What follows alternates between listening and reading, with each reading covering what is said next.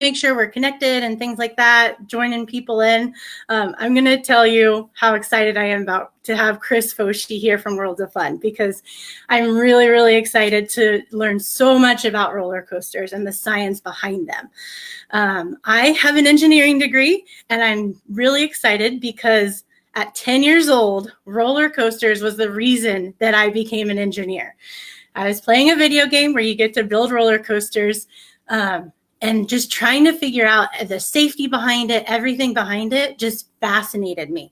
How can you make them better? How can you make them super fun, but still super safe for everybody to join in with? So we are here with Chris Foshi from World of Fun, who's going to talk a little bit about the physics of roller coasters.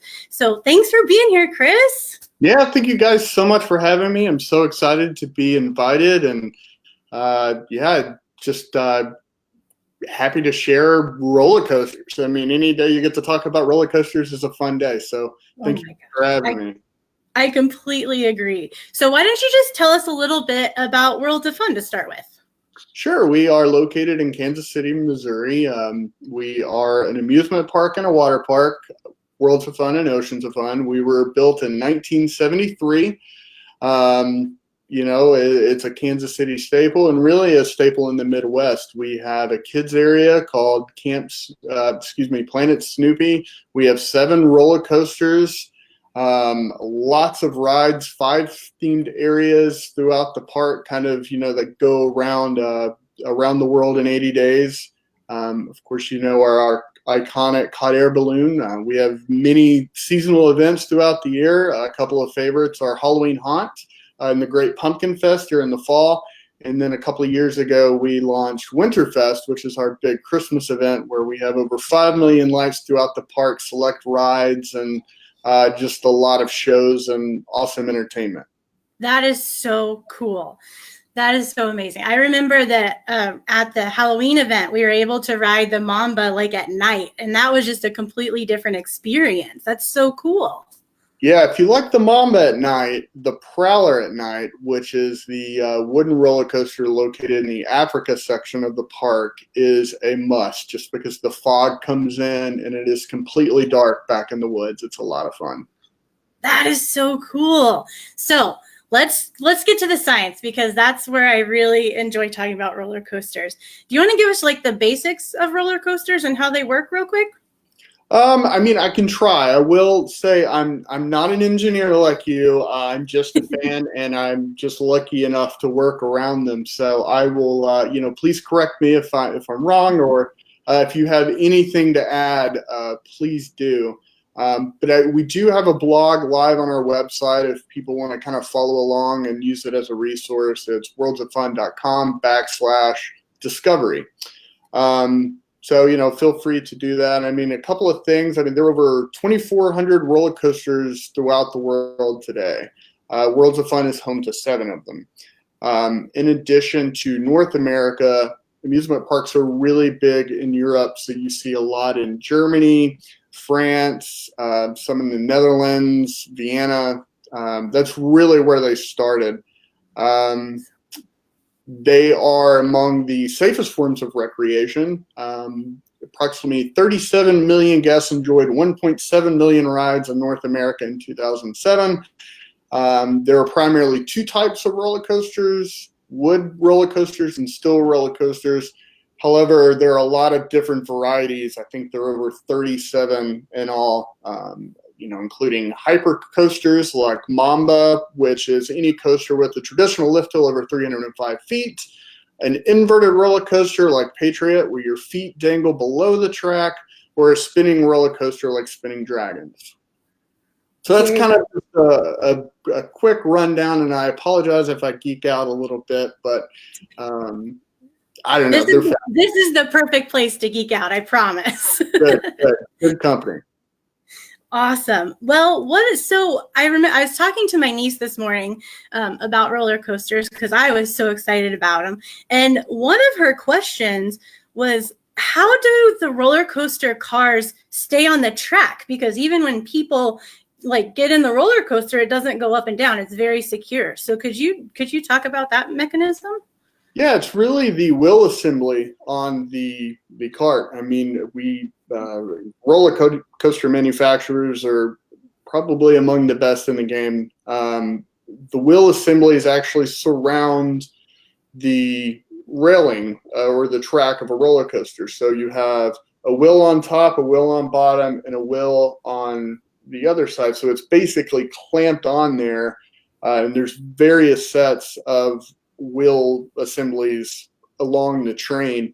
There's a lot of math that goes into the push and pull of the train, and to make sure that the wheels can support an all tension and all the elements of the rides, including turns, hills, loops.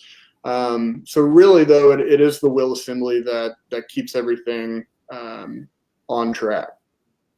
That's cool. On track. That's awesome. So I know when we ride a roller coaster, we get on the roller coaster, but the very first thing you have to do is climb.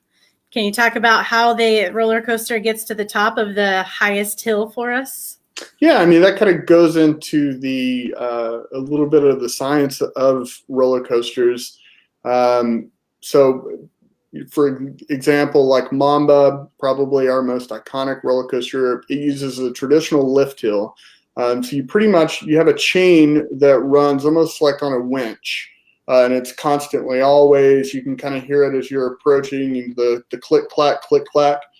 As the roller coaster is kind of pushed out of the station a number of different ways, either by kind of gravity and momentum, or various magnetics, hydraulics, kind of give it a push out to reach the lift hill, and then the chain engages with the train.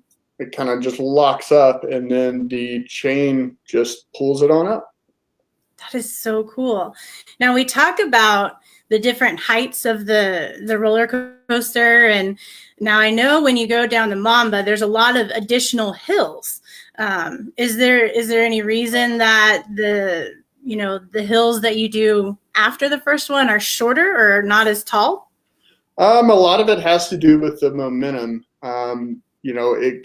Roller coasters use basic physics, which is pretty much the study of how things move. So, as a roller coaster gets over the crest, gravity takes over, and riders become into a controlled free fall.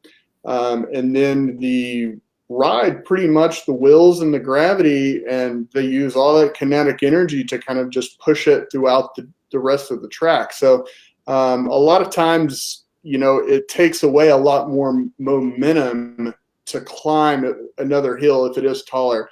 The second hill on Mamba is actually taller than most, but you're going down so fast and you have so much energy built up off that first lift hill. The second hill, you kind of you float up a little bit because there's no gravity. You kind of get that anti-gravity, and then that second hill just kind of builds on the momentum, and you kind of continue to pick up speed and momentum and energy throughout the rest of that is so cool. So when you go down, you gain the momentum, you lose a little bit, but you gain a little bit more as you go back down. I was telling you a little bit before how we have a field trip, a whole program designed around this and how we figure that out. And I always use the roller coaster comparison with the kids on having the towers be taller and then shorter later on. So if any of our friends were in our field trip, Build, Roll, Engineer, this relates to you, and this is a job you could have in the future with engineering. So we have another question for you. One of the things I know a lot of people want to know is how fast can a roller coaster travel? That's a great question. I know one of the fastest that uses a traditional lift hill goes 95 miles an hour. It is the tallest and fastest traditional, they call it a giga coaster because it uses a traditional lift hill, and it's 325 feet. It's located at our sister park at Carowinds. So, I mean, that's pretty fast. I know some of the launch roller coasters, including the one at our other sister park, Cedar Point in Sandusky, Ohio, it uses a hydraulic launch. And I believe it gets pretty close to 95 as well. I think the fastest one is the Ferrari Park, and I cannot remember exactly where it goes. I mean, they can go fast as long as the engineering and the dynamics of the ride experience align with everything. That is so cool. That's really fast. That's just for the kids. That's faster than you're typically allowed to go on highways in a car. So that means they're really fast. Yeah, so Patriot at Worlds of Fun is 65 miles an hour. That's the fastest. And then Mamba gets like on a warm day, it can get up to 75. Wow, that's really fast. That's so cool. Well, with them going so fast, some might think, why and how are they safe? So can you talk about maybe how you maintain and keep the roller coasters safe? Sure. I mean, a lot of it has to do with the track layout. Every element of the ride is strategically placed within the track. So, you go around a curve, you may notice there's several break points within a ride to kind of slow you down. And all of this is controlled by computerized sensors within the control booth of the ride. It automatically programs, okay, like, we're going to hit they're called trim brakes, for example, on the Mamba, that kind of slow you down just a little bit through the last series of loops. And then, you kind of come around the station, so it's already lost the momentum and everything like that. Other than that, I mean, we at World of Fun, I know we inspect our roller coasters every single morning. That's how we start our day. It's not as easy as just starting up a car. Our maintenance team, and they've been at it for years, they walk the entire track each day. They have a checklist where they have to check various components of the ride.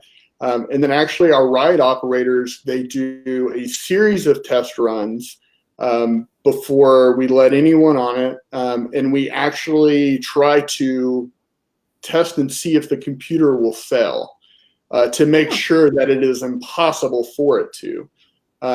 So for an example, we cannot dispatch a roller coaster when the restraints are up. That's why we go by and, we make sure that they're down.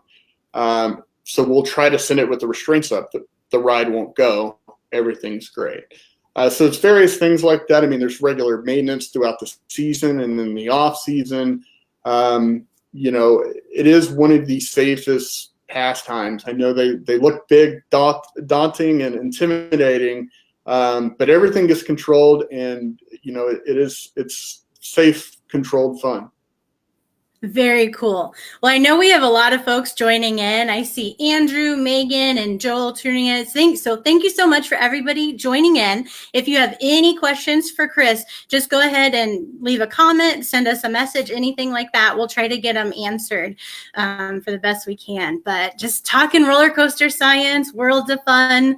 If you have a favorite roller coaster or ride at Worlds of Fun, you could share that so we know those fun things. But otherwise, we were just talking about how to keep them safe, how to maintain them, and things like that. And Chris was just talking about how some of the operators try to make it fail so that the mechanics and safety team will try to catch that and be on top of it. Failure is really important, especially when we're learning. So that's something we do at the Discovery Center every day. We try to focus on the importance of failure because if you can see all the things that fail, you'll find the right way to do things. So it's okay to fail, everyone. It's really good to fail. So you know what works and doesn't work. So we have another question that came in for you, Chris. Okay. So you work at Worlds of Fun. Do you get to sneak away and ride any of the roller coasters? Oh, yeah.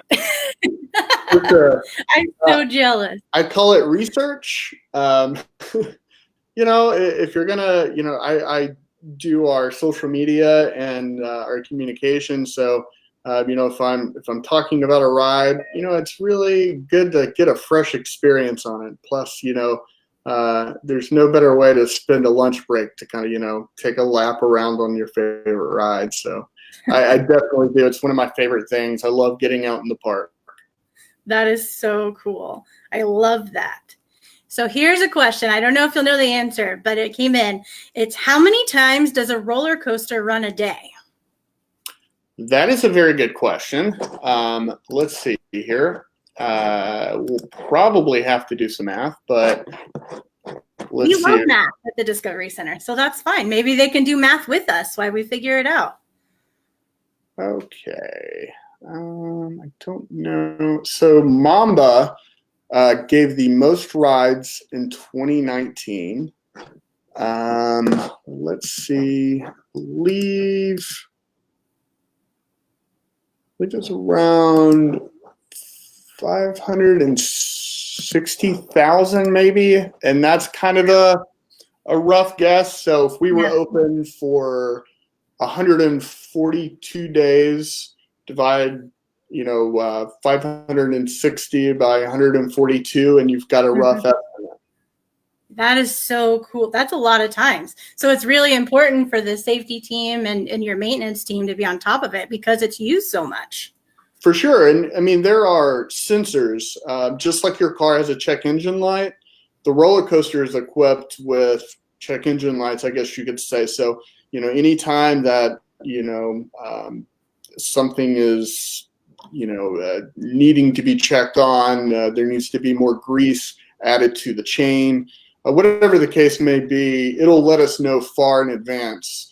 So our maintenance team can get out there and, keep it running. And a lot of why roller coasters give more rides than traditional amusement park rides is because they actually, a lot of them have two trains that can fit 32 riders at a time.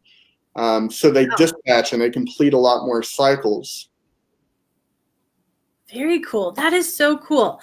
Well, we've had a couple people comment, and Josh Smith says, say hi to Chris for me. So you have a shout out. So hi from Josh. And then we have a question from Megan. Is there a motor in the roller coaster? Oh, it's from Joanna. No. Most roller coasters do not have a motor. If they do, they're probably called something else. I know, you get into some of the virtual reality rides like you find at Disney World or Universal. Some classify them as roller coasters. They probably have some kind of sophisticated computer inside of them.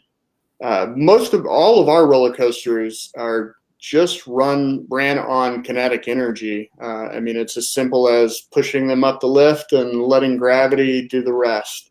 Now there are computers and sensors, and there are computers associated with the ride, and there's motors, for example, that kind of run the chain lift. But the roller coaster itself and the train do not have a motor.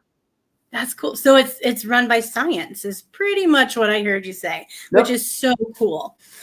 So Laura shared that her favorite ride was the Zambezi Zinger. So that's super fun to share. And also she had a question. What's the lifespan of a roller coaster? How long does it last? It varies from ride to ride. Wooden roller coasters take a little bit more maintenance and upkeep just because wood is not as durable as steel. A lot of it just varies as far as, the manufacturer. It's kind of, again, similar to a car. Sometimes you get a longer life out of a certain car versus another, and there could be no rhyme or reason, but, a lot of it has to do with is it becoming more expensive to upkeep as far as, and is it still delivering the same amount of rides that it used to? Is it under repair? So all of those things kind of factor in. It varies. I would say, I don't know. This is probably an inaccurate estimate, but I would say, our oldest roller coaster. Let's see. Be probably 25, 30, 40 years some of them go. It really just depends. That is so cool. Well, we have quite a few questions coming in. So the next one we have from Kathy is, how do the upside down roller coasters stay on track? Yeah, this kind of goes back to when we first started the discussion, the wheel assembly. So that primarily you have a wheel on top and a wheel on bottom and the wheel on the side that clamp and hug onto the track.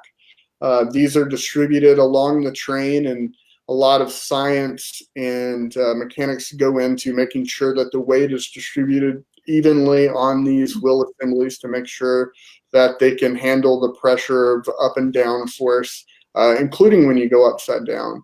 And a lot of that also has to do with speed and momentum. I mean, you're going through the loop very fast typically. Absolutely. Well, and I know that the shape of the roller coaster is not just a circle. It's actually in the shape of a teardrop, which helps with the forces as you go around. You want to make sure you have multiple, I won't go too nerdy on everyone, but you want to make sure you have more than one radius a lot of the times. But that centrifugal force helps a lot too. So lots of science that goes into roller coasters. So cool. Let's see. Oh, another kind of safety question. Do the roller coasters have seat belts? Some of them, yeah, most of them, I believe all of ours actually do. So, I mean, there are various types of restraints on a roller coaster. For an example, on Patriot, where you kind of sit in a seat and your feet dangle and the track actually runs on top. You have an over-the-shoulder harness with a seat belt that double locks. So you have the the chest restraint that comes down and locks. It's double geared locked, so it actually locks twice each time. And then you have the seat belt there too. So, a Mamba, for an example, you have the traditional lap bar that you push down on your lap, and then you've got the seat belt that goes across. And it's just another level of safety. And a lot of it, I mean, for me personally, I like seatbelts on roller coasters just because it's like a peace of mind. I don't know. I'm used to having them in the car. I feel safe. But the lap bars and the shoulder restraints are the safest you can get for sure. Absolutely. Very cool. Well, Megan Lee loves the Mamba, so she shared her favorite roller coaster with us. And we're just going to keep going. We have so many great questions that are coming in. It looks like coaster101.com has, why are night rides on the Prowler better than daytime rides on the Prowler? So one of the things I really like about it is because so the Prowler is a wooden roller coaster that is located in the Africa section of the park, and it uses the natural terrain of the park throughout the track layout. So lots of trees, you're in the woods basically. It gets very dark, but you kind of have the fog rolling in from the midways from some of the haunted attractions and stuff. So it's completely dark. You have the fog. It's just good mood, good vibes, a lot of fun. Very cool. Well, remind me, the Prowler is the wooden roller coaster, correct? Yes, there's one of two wooden roller coasters. We have Prowler, which was one of our newer rides in 2009, and then we have Timberwolf, which opened in 1989. And kind of interesting, we were talking about the lifespan of a roller coaster. We've recently retracked, I believe we're close to about 85% of Timberwolf since its original track and design in 1989. So by next year, it'll have a completely new track, and that just adds life. But it also, adds to the rider experience. Some of the wooden roller coasters can get a little rough as they age. So this investment is for sure make sure that it continues or improves its rider experience for guests for years to come. Very cool. Well, I know wood is obviously a different material than steel, right? And so I know that moisture can affect roller coasters as well. So if it's more dry outside, it might be maybe a little more of a different experience than when there's moisture in the air. So we got to think about materials and all sorts of science behind roller coasters, which is so cool. All right, we have another question. Josh is asking, are there different procedures for maintenance on a wooden roller coaster versus steel? a lot use the same mechanics. So there's a lot of there's probably more similarities than things that are different. Wooden roller coasters, obviously, you've got the wood to maintain opposed to the steel, which is primarily preserved through painting and, just kind of weatherproofing, but also kind of same with wooden roller coasters. I mean, making sure that, the wood is pressured and, can maintain the elements. So, yeah. Very cool. Very cool. So here's a question from Kathy. Has any of the roller coasters fallen off the track in past years? None of our roller coasters have. I cannot speak for other parks because I'm not incredibly, I'm not sure.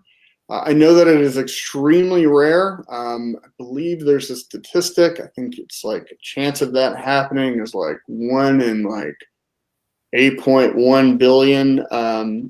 There is a really good resource for kind of safety figures and stuff like that, just to show you really how safe and sound these things are. And it's IAAPA.com. I believe it's IAAPA. And they have just a lot of stats like that kind of, and you can even go in and see, when and where, but we've got a pretty stellar safety record that I'm very proud of. That is awesome. And that goes to the safety protocols that you guys have. Like you said, every morning, someone is out, your mechanics are out on the track testing it. They're trying to make it fail before you let riders get on. So that's props to your safety protocols that you guys have. For sure. Thank you. And I mean, we also, extend that with, third party people that come in and take a look and, make sure that everything checks out before we even open for the season. They may even, do periodic audits. We have IROC certification. So all of our ride operators have to be certified and go through like extensive testing. Mm-hmm. I mean, it's really extensive, but it's important, obviously. Very cool. We have another question. Can roller coasters run during any weather, any types of weather? Because we see a lot of different types of weather here. Are there any that, have to be shut down for some purpose? I'm sure a roller coaster could run in the snow as long as, because it's wet, they can run in the rain. And we do run them in the rain. A ride on a roller coaster in the rain is an experience I recommend. It's a lot of fun. With lightning and stuff. When it's thunderstorming, there's different elements. Sometimes rides over a certain height have to not run just because of the wind. That could be because it could trigger the safety sensors throughout the ride, get a little bit more sensitive. A piece of debris could fly by, trip a sensor, and then the ride's like, hey, what's going on? So kind of flips that check engine light for us. So a lot of that has to do with the wind, some of our taller attractions. Yes, kind of. So it depends on the roller coaster, the material of the roller coaster, the mechanics of it, and then the type of weather you have and how that all mixes in. So very cool. Another question. Do you know which coaster creates the most G-force at Worlds of Fun? I do not know this for a fact, but I believe it is Patriot, just because of the 4 inversions that it has. So it has a loop, an Edelman, a 0G roll, and I believe I'm forgetting one, and I'm sure the passionate coaster community is screaming at the screen right now, but I'm pretty sure it is Patriot, just because it does do a lot of twisting and turning at high speeds. Sure. So, and just to let everyone know, G-force is it's a form of acceleration, what you feel on your body. So on Earth, as you're just standing here, we're all 1 G's. So as you go down a hill or up a hill, as you go up, you might feel the pressure building on you and you might feel heavier. But then when you start to go down, sometimes you feel like you're going to fly out of your seat a little bit, those are those negative G-forces. So we're talking about the most G-force. So when you feel heavy on a roller coaster, the most G-force is what you're going through. So that's why you mentioned the loops and those other things that have a high G-force on them. It's when you feel heavier on your body, the G-forces are pushing on you. So again, with the science, there's so much science in this. It's just it's so fun to talk about with everybody. You ready for your next question? Sure. There's so many questions coming through. If other people have questions, be sure, put them, send them via Messenger, put them on, comments, things like that. We will try to answer any of them we can. So let's see. Megan has a question here. How long does it take to build a roller coaster? Again, that kind of varies on what type of roller coaster, the location that it's going to be built in. A lot of it has to do, preparing the land for the roller coaster. So, I mean, it can be pretty long, I guess, for some parks. I know typically, we meaning Cedar Fair, which owns Worlds of Fun, we typically announce a new, if we were going to add a new ride or a new roller coaster, we usually do that in August.